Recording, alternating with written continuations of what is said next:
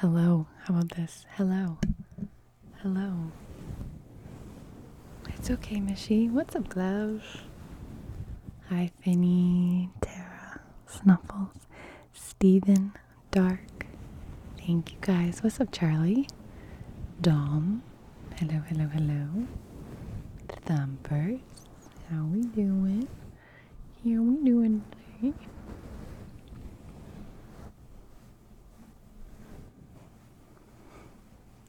So I don't have much time before my brother and sister come over, so I'm just gonna get right into it, y'all. I'm really tired. It just hit me. So I need to have time to take a shower and clean up a little bit before, because I was helping Randy put up some posters and things. So we're just gonna jump right into it. I just had some ice cream because I needed a little pick me up, but shh, don't tell anybody. Okay, we ready? Yes, at 8. Do it. Do it. All right. We're on chapter 27. It's called Padfoot Returns. One of the best things about the aftermath of the second task was that everybody was very keen to hear details of what had happened down on the lake, which meant that Ron was getting to share Harry's limelight for once. Harry noticed that Ron's version of events changed subtly with every retelling. At first, he gave what seemed to be the truth. It tallied with Hermione's story, anyway. Dumbledore had put all the hostages into a bewitched sleep in Professor McGonagall's office, first assuring them that they would be quite safe and would awake when they were back above the water. 1 week later, however, Ron was telling a thrilling tale of kidnap, in which he struggled single-handedly against 50 heavily armed merpeople who had to beat him into submission before trying him up. But I had my wand hidden up my sleeve, he assured Padma Patil, who seemed to be a lot keener on Ron now that he was getting so much attention, and was making a point of talking to him every time they passed in the corridors. I could have taken those Meridiots, any time I wanted. What were you going to do, snore at them? Said Hermione waspishly. People had been teasing her so much about being the thing that Victor Crumb would most miss that she was in a rather tetchy mood. Ron's ears went red, and thereafter he reverted to the bewitched sleep version of events. As they entered March, the weather became drier, but cruel winds skinned their hands and faces every time they went out onto the grounds. There were delays in the post because the owls kept being blown off course. The brown owl that Harry had sent to Sirius with the dates of the Hogsmeade weekend turned up at breakfast on Friday morning, with half its feathers sticking up the wrong way. Harry had no sooner torn off Sirius's reply than it took flight, clearly afraid it was going to be sent outside again. Sirius's letter was almost as short as the previous one. Be at Stile at end of road out of Hogsmeade, past Dervish and Banks, at 2 o'clock on Saturday afternoon. Bring as much food as you can. He hasn't come back to Hogsmeade, said Ron incredulously. It looks like it, doesn't it? I can't believe him, said Harry tensely. If he's caught. Made it so far, though, hasn't he? Said Ron. And it's not like the place is swarming with Dementors anymore. Harry folded up the letter, thinking. If he was honest with himself, he really wanted to see Sirius again. He therefore approached the final lesson of the afternoon, double potions, feeling considerably more cheerful than he usually did when descending the steps to the dungeons. Malfoy, Crabbe, and Goyle were standing in a huddle outside the classroom door with Pansy Parkinson's gang of Slytherin girls. All of them were looking at something Harry couldn't see and sniggering heartily. Pansy's pug-like face peered excitedly around Goyle's broad back as Harry, Ron, and Hermione approached. There they are, she giggled, and the knot of Slytherins broke apart. Harry saw that Pansy had a magazine in her hands, Witch Weekly. The moving picture on the front showed a curly-haired witch who was smiling toothily and pointing at a large sponge cake with her wand. You might find something to interest you in there, Granger, Pansy said loudly, and she threw the magazine at Hermione, who caught it, looking startled. At that moment, the dungeon door opened, and Snape beckoned them all inside. Hermione, Harry, and Ron headed for a table at the back of the dungeon as usual. Once Snape had turned his back on them to write up the ingredients of today's potion on the blackboard, Hermione hastily rifled through the magazine under the desk. At last, in the center pages, Hermione found what they were looking for. Harry and Ron leaned in closer. A color photograph of Harry headed a short piece entitled Harry Potter's Secret Heartache A boy like no other, perhaps, yet a boy suffering all the usual pains of adolescence, writes Rita Skeeter. Deprived of love since the tragic demise of his parents, 14-year-old Harry Potter thought he had found solace in his steady girlfriend at Hogwarts, Muggle-born Hermione Granger. Little did he know that he would shortly be suffering yet another emotional blow in a life already littered with personal loss. Miss Granger, a plain but ambitious girl, seems to have a taste for famous wizards that Harry alone cannot satisfy. Since the arrival at Hogwarts of Victor Krum, Bulgarian seeker and hero of the last World Quidditch Cup, Miss Granger has been toying with both boys' affections. Krum, who is openly smitten with the devious Miss Granger, has already invited her to visit him in Bulgaria over the summer holidays, and insists that he has never felt this way about another girl. However, it might not be Miss Granger's doubtful nature charms that have captured these unfortunate boys' interest. "She's really ugly," says Pansy Parkinson, a pretty and vivacious fourth-year student, "but she'd be well up to making a love potion. She's quite brainy. I think that's how she's doing it." Love potions are, of course, banned at Hogwarts, and no doubt Albus Dumbledore will want to investigate these claims. In the meantime, Harry Potter's well-wishers must hope that next time he bestows his heart on a worthier candidate. "I told you," Ron hissed at Hermione as she stared down at the article. "I told you not to annoy Rita Skeeter. She's made you out to be some sort of Scarlet Woman." Hermione stopped, looking astonished, and snorted with laughter. "Scarlet Woman," she repeated, shaking with suppressed giggles as she looked around at Ron. "It's what my mom calls them," Ron muttered, his ears going red. "If that's the best Rita can do, she's losing her touch," said Hermione, still giggling, as she threw Witch Weekly onto the empty chair beside her. What a pile of old rubbish. She looked over at the Slytherins, who were all watching her and Harry closely across the room to see if they had been upset by the article. Hermione gave them a sarcastic smile and a wave, and she, Harry, and Ron started unpacking the ingredients they would need for their witch-sharpening potion. "There's something funny, though," said Hermione 10 minutes later, holding her pestle suspended over a bowl of scarab beetles. "How could Rita Skeeter have known?" "Known what?" said Ron quickly. "You haven't been mixing up love potions, have you?" "Oh, don't be stupid," Hermione snapped, starting to pound up her beetles again. "No, it's just, how did she know Victor asked me to visit him over the summer?" Hermione blushed scarlet as she said this and determinedly avoided Ron's eyes. "What?" said Ron, dropping his pestle with a loud clunk. "He asked me right after he pulled me out of the lake." "Hi, ACB." Hermione muttered. "After he'd got rid of his shark's head, Madame Pomfrey gave us both blankets, and then he sort of pulled me away from the judges so they wouldn't hear, and he said, if I wasn't doing anything over the summer, would I like to—" "And what did you say?" said Ron, who had picked up his pestle and was grinding it on the desk. A good 6 inches from the bowl, because he was looking at Hermione. "And he did say he'd never felt the same way about anyone else," Hermione went on, going so red now that Harry could almost feel the heat coming from her. "But how could Rita Skeeter have heard him? She wasn't there, or was she? Maybe she has got an invisibility cloak. Maybe she sneaked onto the grounds to watch the second task." "And what did you say?" Ron repeated, pounding his... Is it pestle? Probably pestle. I want to say the ST, though, for the tingles. Down so hard that it dented the desk.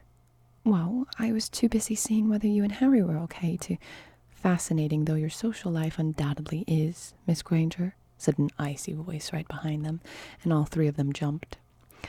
"I must ask you not to discuss it in my class. 10 points from Gryffindor." Snape had glided over to their desk while they were talking. The whole class now was looking around at them. Malfoy took the opportunity to flash "Potter stinks" across the dungeon at Harry. "Ah, reading magazines under the table as well," Snape added, snatching up the copy of Witch Weekly. "A further 10 points from Gryffindor. Oh, but of course," Snape's black eyes glittered as they fell on Rita Skeeter's article, "Potter has to keep up with his press cuttings." The dungeon rang from the Slytherin's laughter, and an unpleasant smile curled Snape's thin mouth. To Harry's fury, he began to read the article aloud. "Harry Potter's secret heartache. Dear, dear Potter, what's ailing you now? A boy like no other, perhaps." Harry could feel his face burning. Snape was pausing at the end of every sentence to allow the Slytherins a hearty laugh. The article sounded 10 times worse when read by Snape. Hermione was blushing scarlet now. Harry Potter's well-wishers must hope that next time he bestows his heart upon a worthier candidate. How very touching, sneered Snape, rolling up the magazine to continued gales of laughter from the Slytherins. Well, I think I had better separate the three of you so you can keep your minds on your potions rather than on your tangled love lives. Weasley, you stay here. Miss Granger, over there, beside Miss Parkinson. Potter, that table in front of my desk. Move. Now. Furious, Harry threw his ingredients and his bag into his cauldron and dragged it up to the front of the dungeon to the empty table. Snape followed, sat down at his desk, and watched Harry unload his cauldron. Determined not to look at Snape, Harry resumed the mashing of his scarab beetles, imagining each one to have Snape's face. All this press attention seems to have inflated your already over-large head, Potter, said Snape quietly, once the rest of the class had settled down.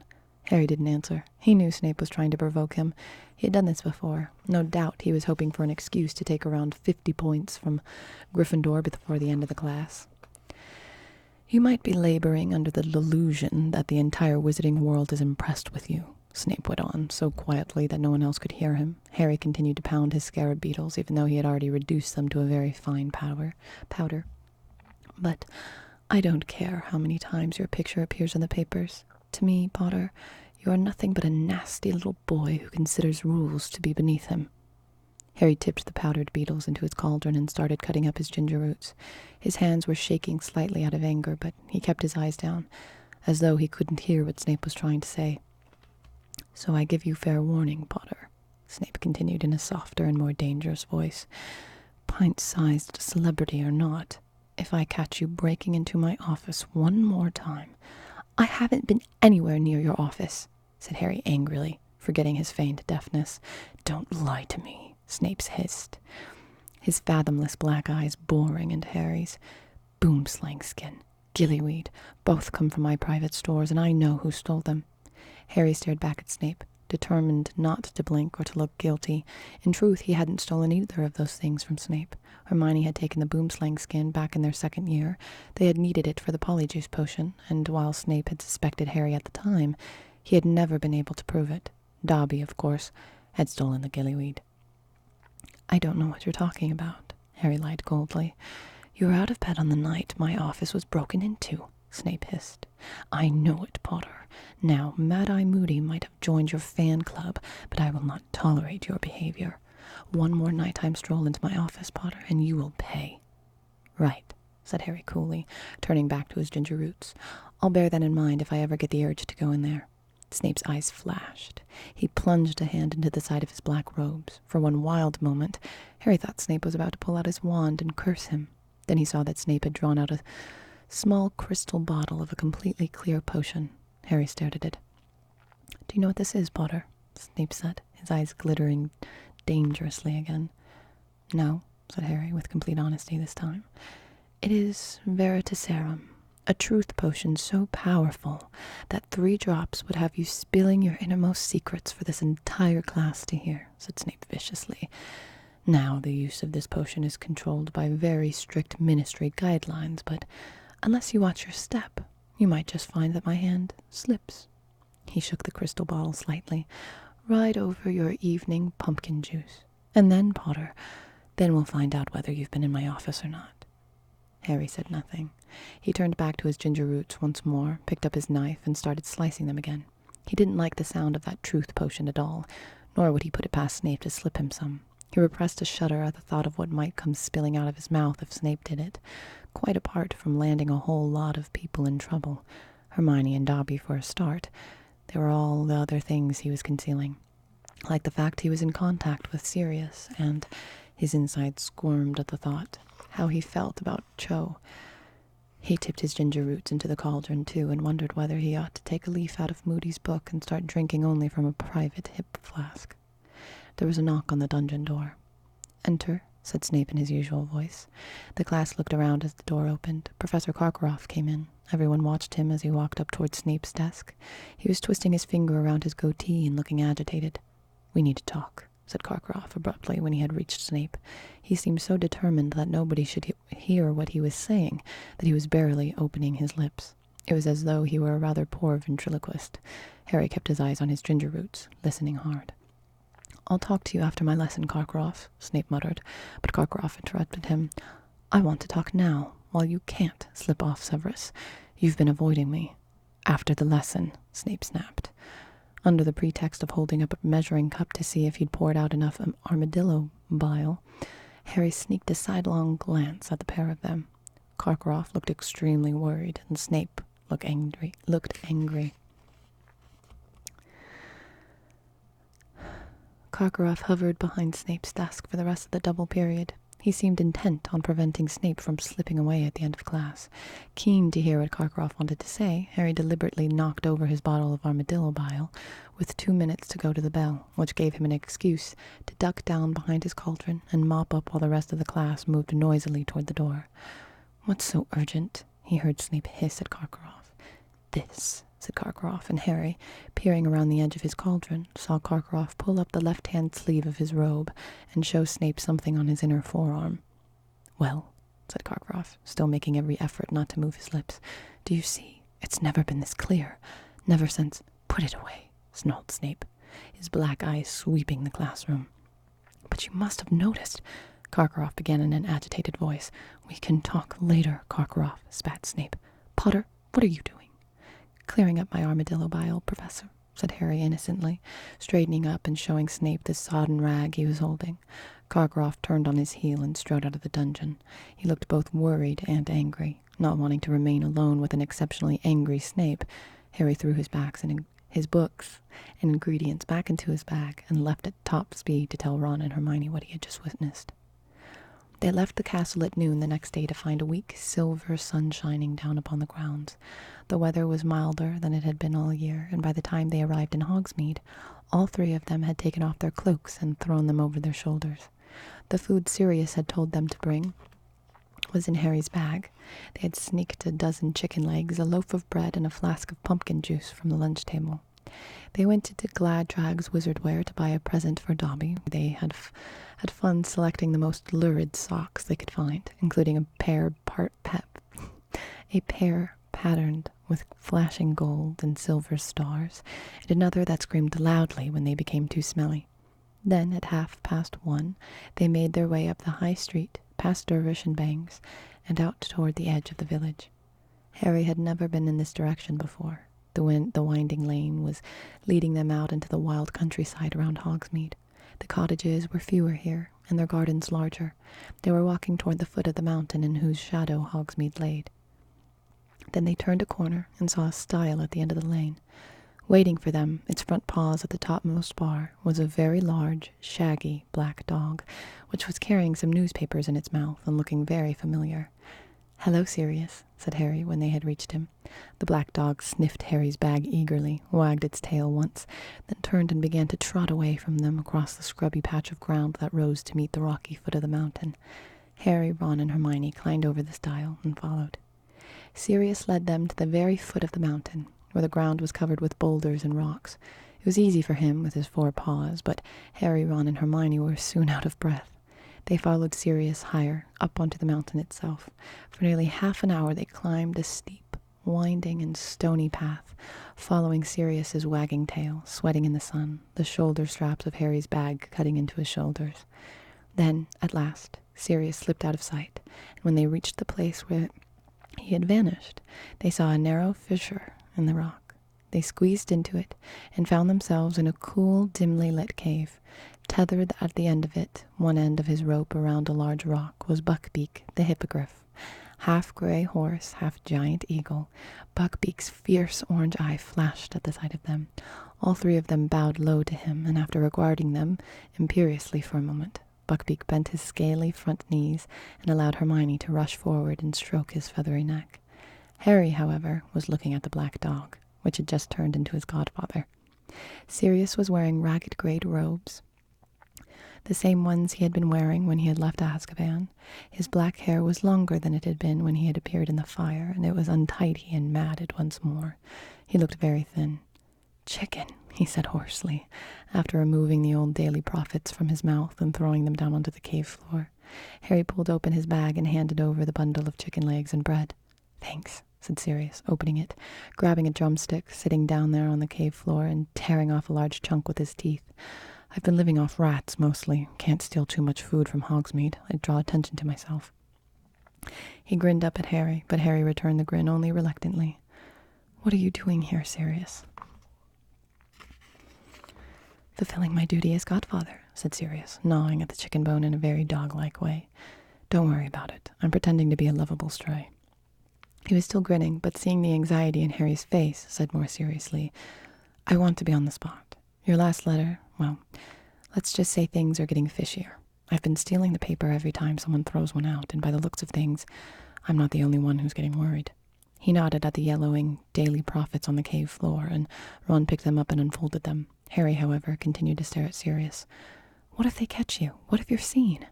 You three and Dumbledore are the only ones around here who know I'm an animagus, said Sirius, shrugging and continuing to devour the chicken leg. Ron nudged Harry and passed him the Daily Prophets. There were two. The first bore the headline Mystery Illness of Bartemius Crouch. The second, Ministry Witch Still Missing, Minister of Magic Now Personally Involved. Harry scanned the story about Crouch. Phrases jumped out at him. Hasn't been seen in public since November. House appears deserted. St. Mungo's Hospital for Magical Maladies. Maladies and injuries decline, comment. Ministry refuses to confirm rumors of critical illness. They're making it sound like he's dying, said Harry slowly. But he can't be that ill if he managed to get up here. My brother's Crouch's personal assistant, Ron informed Sirius. He says Crouch is suffering from overwork. Mind you, he did look ill last time I saw him up close, said Harry slowly, still reading the story. The night my name came out of the goblet.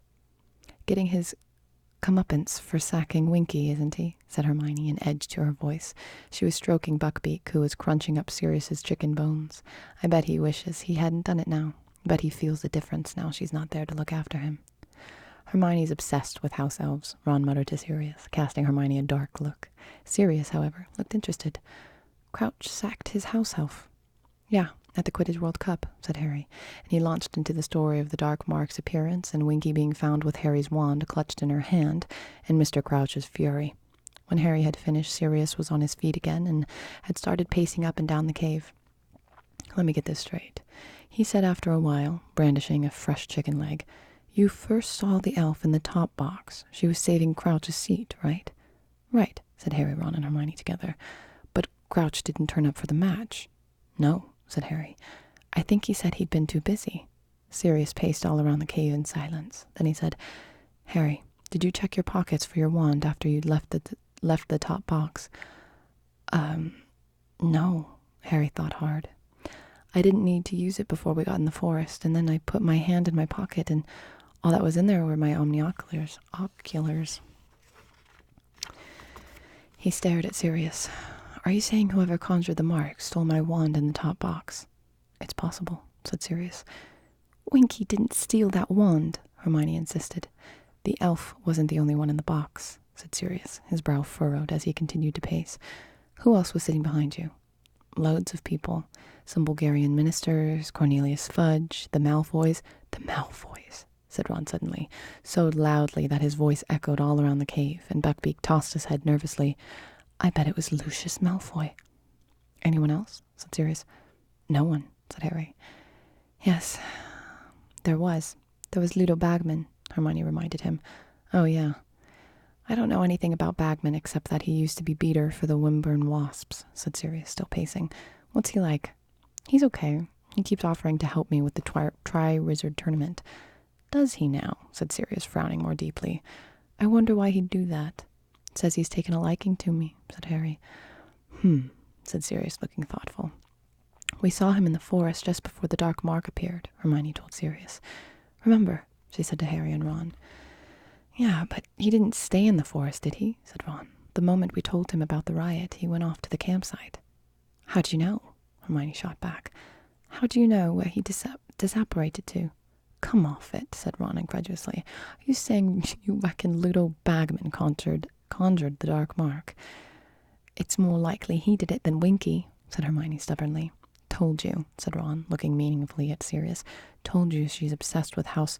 But Sirius held up a hand to silence Ron.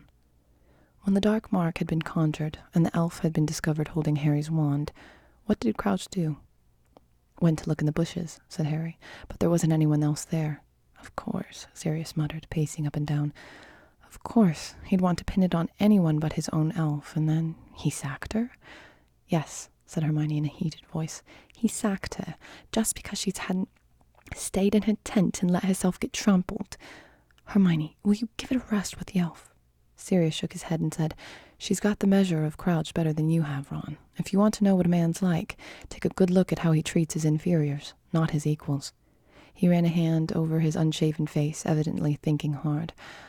All these absences of Barty Crouches. He goes to the trouble of making sure his house elf saves him a seat at the Quidditch World Cup, but doesn't bother to turn up and watch. He works very hard to reinstate the Triwizard Tournament, and then stops coming to that too. It's not like Crouch. If he's ever taken a day off work because of illness before this, I'll eat Buckbeak. Do you know Crouch, then? Said Harry. Sirius's face darkened. He suddenly looked as menacing as he had the night when Harry first met him, the night when Harry still believed Sirius to be a murderer. Oh, I know Crouch all right, he said quietly. He was the one who gave the order for me to be sent into Azkaban without a trial. What? Said Ron and Hermione together.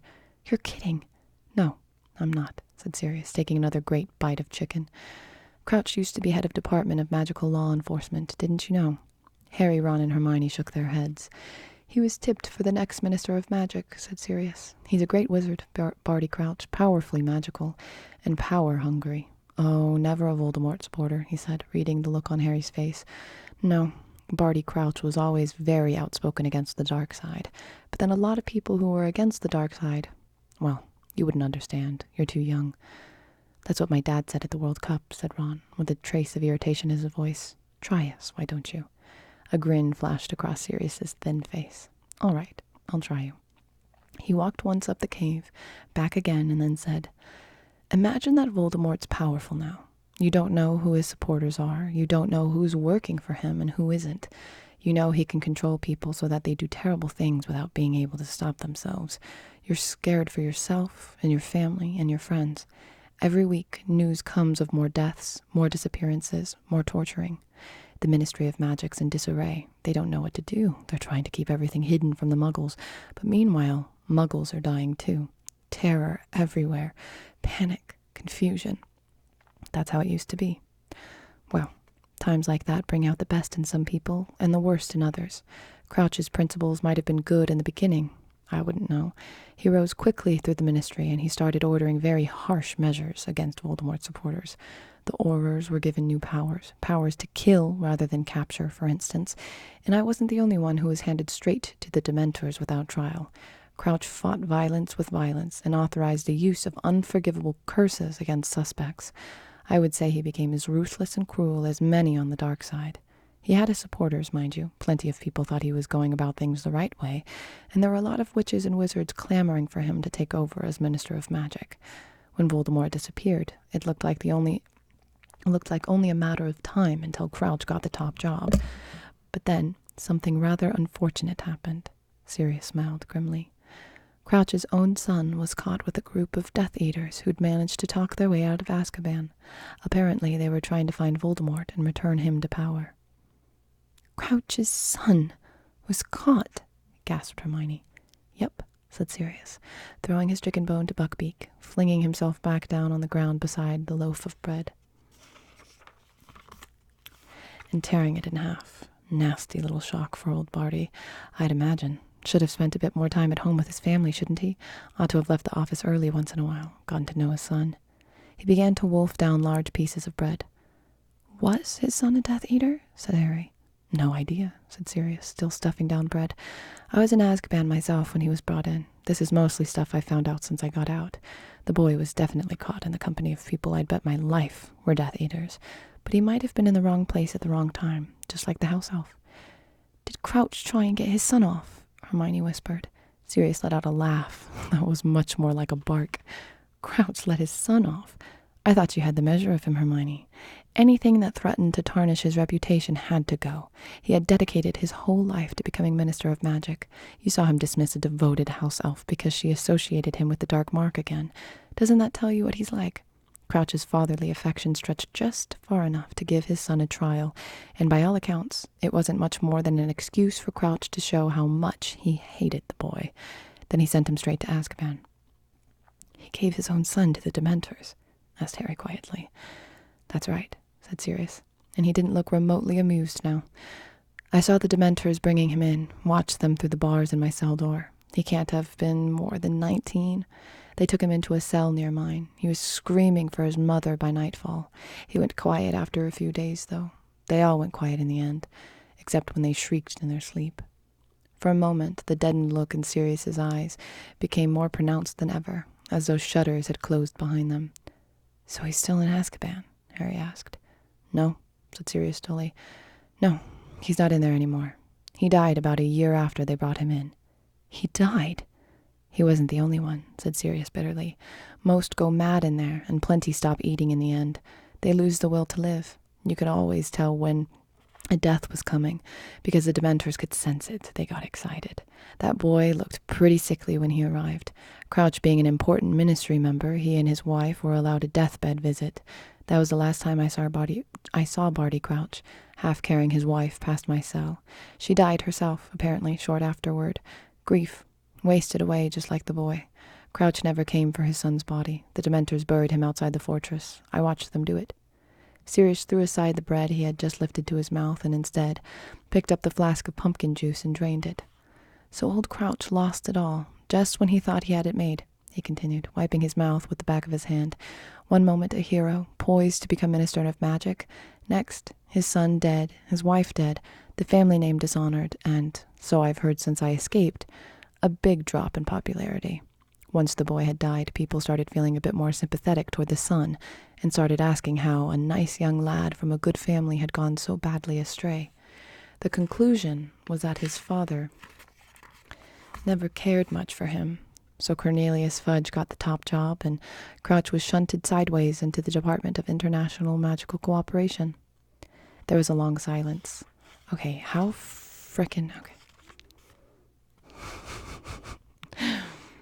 Harry was thinking of the way Crouch's eyes had bulged as he looked down at his disobedient house elf back in the wood at the Quidditch World Cup. This, then, must have been why Crouch had overreacted to Winky being found beneath the Dark Mark. It had brought back memories of his son and the old scandal and his fall from grace at the ministry. Moody says Crouch is obsessed with catching dark wizards, Harry told Sirius. Yeah, I've heard it's become a bit of a mania with him, said Sirius, nodding. If you ask me, he still thinks he can bring back the old popularity by catching one more Death Eater. And he sneaked up here to search Snape's office, said Ron triumphantly, looking at Hermione. Yes, and that doesn't make sense at all. Yeah, it does, said Ron excitedly, but Sirius shook his head. Listen, if Crouch wants to investigate Snape, why hasn't he been coming to judge the tournament? It would be an ideal excuse to make regular visits to Hogwarts and keep an eye on him. So you think Snape could be up to something, then? Asked Harry, but Hermione broke in. Look, I don't care what you say. Dumbledore trusts Snape. Oh, give it a rest, Hermione, said Ron impatiently. I know Dumbledore's brilliant and everything, but that doesn't mean a really clever dark wizard couldn't fool him. Why did Snape save Harry's life in the first year, then? Why didn't he just let him die? I don't know. Maybe he thought Dumbledore would kick him out. What do you think, Sirius? Harry said loudly, and Ron and Hermione stopped bickering to listen. I think they've both got a point, said Sirius, looking thoughtfully at Ron and Hermione. Ever since I found out Snape was teaching here, I've wondered why Dumbledore hired him. Snape's always been fascinated by the dark arts. He was famous for it at school. Slimy, oily, grease-haired kid he was, Sirius added, and Harry and Ron grinned at each other. Snape knew more curses when he arrived at school than half the kids in 7th year, and he was part of a gang of Slytherins who nearly all turned out to be Death Eaters. Sirius held up his fingers and began ticking off names. Rosier and Wilkes. They were both killed by Aurors the year before Voldemort fell. The Lestranges, they're a married couple, they're in Azkaban. Avery, from what I've heard, he wormed his way out of the trouble by saying he'd been acting under the Imperious Curse. He's still at large. But as far as I know, Snape was never even accused of being a Death Eater. Not that that means much. Plenty of them were never caught, and Snape's certainly clever and cunning enough to keep himself out of trouble. Snape knows Karkaroff pretty well, but he wants to keep that quiet, said Ron. Yeah, you should have seen Snape's face when Karkaroff turned up in potions yesterday, said Harry quickly. Karkaroff wanted to talk to Snape. He said Snape's been avoiding him. Karkaroff looked really worried. He showed Snape something on his arm, but I couldn't see what it was.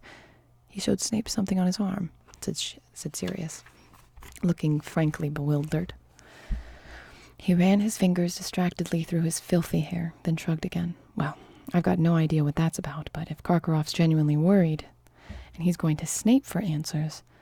Sirius stared at the cave wall, then made a grimace of frustration. There's still that fact that Dumbledore trusts Snape, and I know Dumbledore trusts where a lot of people wouldn't, but I just can't see him letting Snape teach at Hogwarts if he'd ever worked for Voldemort.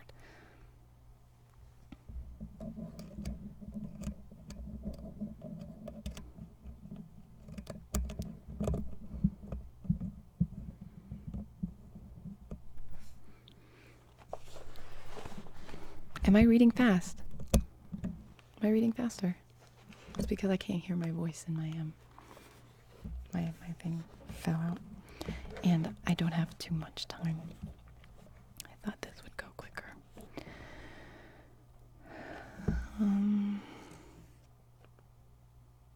Okay. Sirius stared at the cave wall, then made a grimace of frustration. There's still the fact that Dumbledore's trust Snape. Why are Moody and Crouch so keen to get into Snape's office then? Said Ron stubbornly. Well, said Sirius slowly, I wouldn't put it past Mad-Eye Moody to have searched every single teacher's office when he had got to Hogwarts. He takes his defense against the dark arts seriously, Moody. I'm not sure he trusts anyone at all, and after the things he's seen, it's not surprising. I'll say this for Moody, though. He never killed if he could help it. Always brought people in alive where possible. He was tough, but he never descended to the level of the Death Eaters. Crouch, though, he's a different matter. Is he really ill? If he is, why did he make the effort to drag himself up to Snape's office? And if he's not, what's he up to? What was he doing at the World Cup that was so important he didn't turn up into the top box?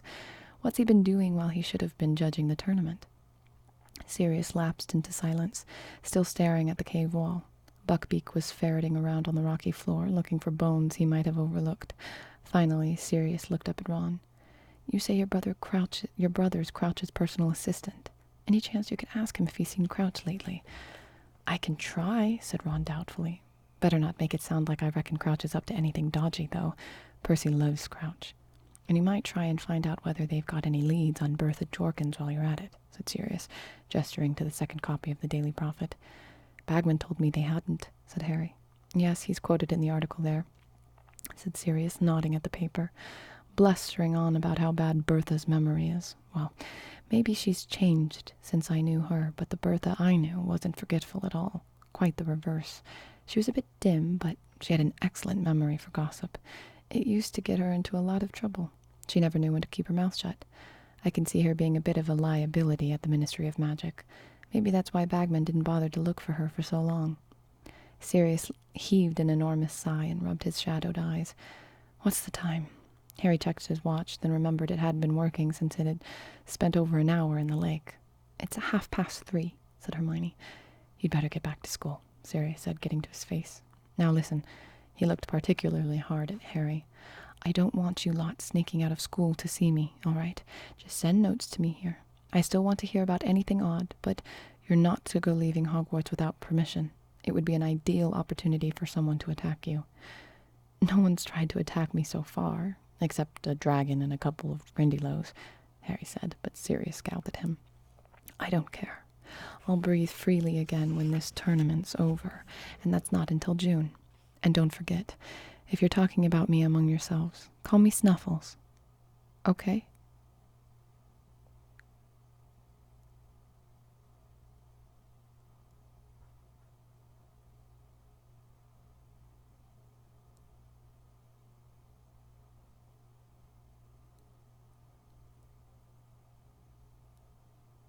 What?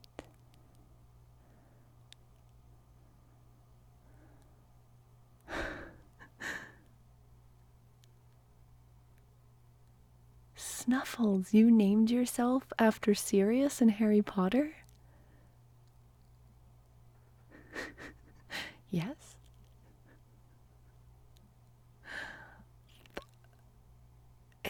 you've got your name? Lie to us. Just say yes. Just say yes. Just say yes. Just say yes. Just say yes. Just say yes.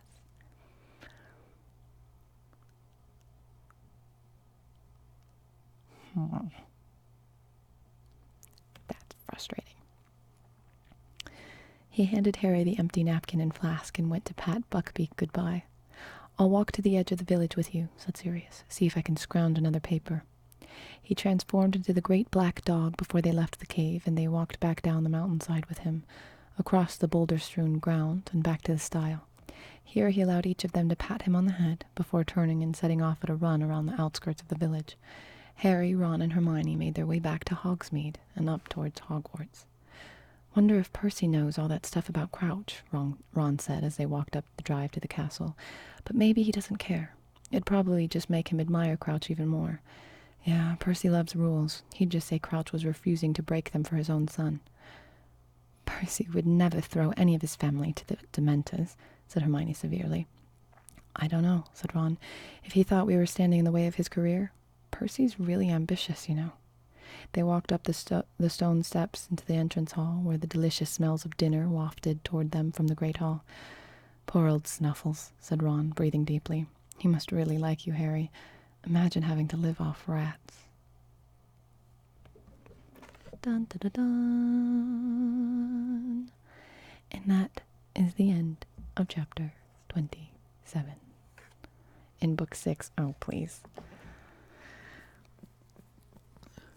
Lie to us, Snuffles. Oh. Alright guys, I gotta run, take a shower, and clean a little bit. I know, it was an accident, but it's not like anybody's even watching. It's fine. It's okay. Thank you guys for being here. Hey Ray, no problem. We will read, I think we'll have time to read tomorrow, if you guys are down for that. We could read tomorrow, and then I will be taking probably Friday off. So, oh, did you guys hear that? That was like my sternum. What was that? Yeah, big stretch. Thank you guys for being here, and we can do book club again tomorrow, okay? So you don't have to wait too much, right?